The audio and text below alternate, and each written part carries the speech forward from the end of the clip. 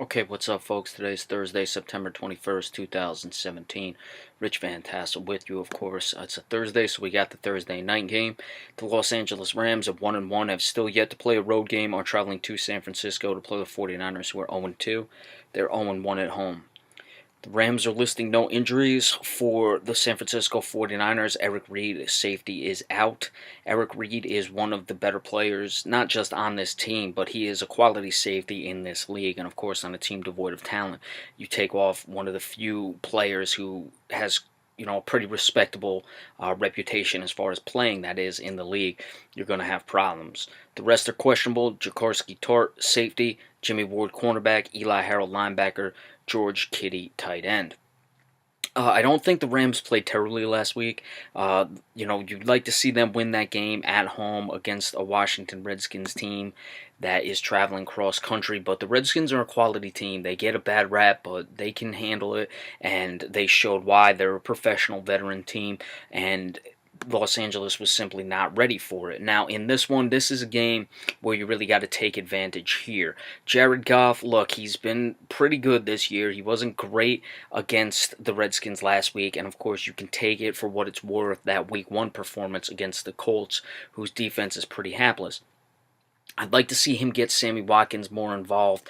Todd Gurley, 128 yards in 2 games. That's over 1,000 yards. If he continues, that would be like just over 1,000 yards. However, he is well below the 4 yards per carry mark. He has 35 carries. 4 yards per carry on 35 yards would be 140 yards. So he's not brutally under, but he's still under nonetheless, and that's something you'd like to see him improve. I saw them getting involved in the passing game last week. Let's see if they continue to do that. But Todd Gurley, I'm expecting more from. And he's been up and down, and it's kind of been much more down since that good rookie season he's had. So for the Rams, got to get Sammy Watkins involved and try to get Todd Gurley going. For the 49ers, you look at it, Brian Hoyer has thrown more passes this season than Jared Goff. Goff's only thrown 53. Hoyer's thrown 62. Now, remember, the Rams got out to that big lead against the Colts, so they were running the ball a lot, so they'd certainly limit that. Would you say that the 49ers have more trust in Brian Hoyer, being that he's a veteran and Jared Goff is essentially a rookie? I know he was a rookie last year, but that is his first season where he came into the camp as a starter, and he knew the job was his.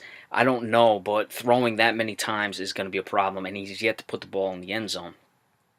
And look at it this way. Jared Goff's thrown 53 passes this season, only completed 35 of them. He's got 525 yards.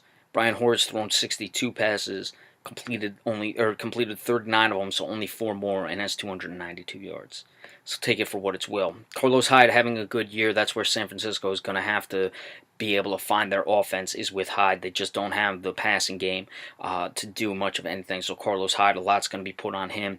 But of course, with Wade Phillips, the Rams still have a pretty good defensive line. I know they've lost some of the players, but you still have Aaron Donald, and now that he gets more in the swing of things, expect him to play well. So it's going to be a very tough night for San Francisco. And of course, Eric Reid is out as well. Let's see if Jared Goff can take advantage of that. I know it's a road game. The Rams are still a relatively inexperienced team, but if they want to have any hope this season, they've got to find a way to get this game, and I expect they would. I don't see San Francisco's offense being able to keep pace at all, so it should be a fairly easy victory. And if it's not for the Rams, then you would have some serious concerns just for their season. Again, I think Goff will eventually become that, but it would be more of he needs a lot more learning this year, which I still think he does, but you want to at least limit the amount of learning he has to do this year to as much as possible.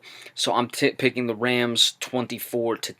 I don't see San Francisco finding the end zone with really any regularity at all, or just finding the red zone or points with any regularity at all. I think a turnover might boost them in that regard. Jared Goff may still give you a turnover here and there, but the secondary being out, Goff has got to be able to take advantage of the San Francisco 49ers tonight.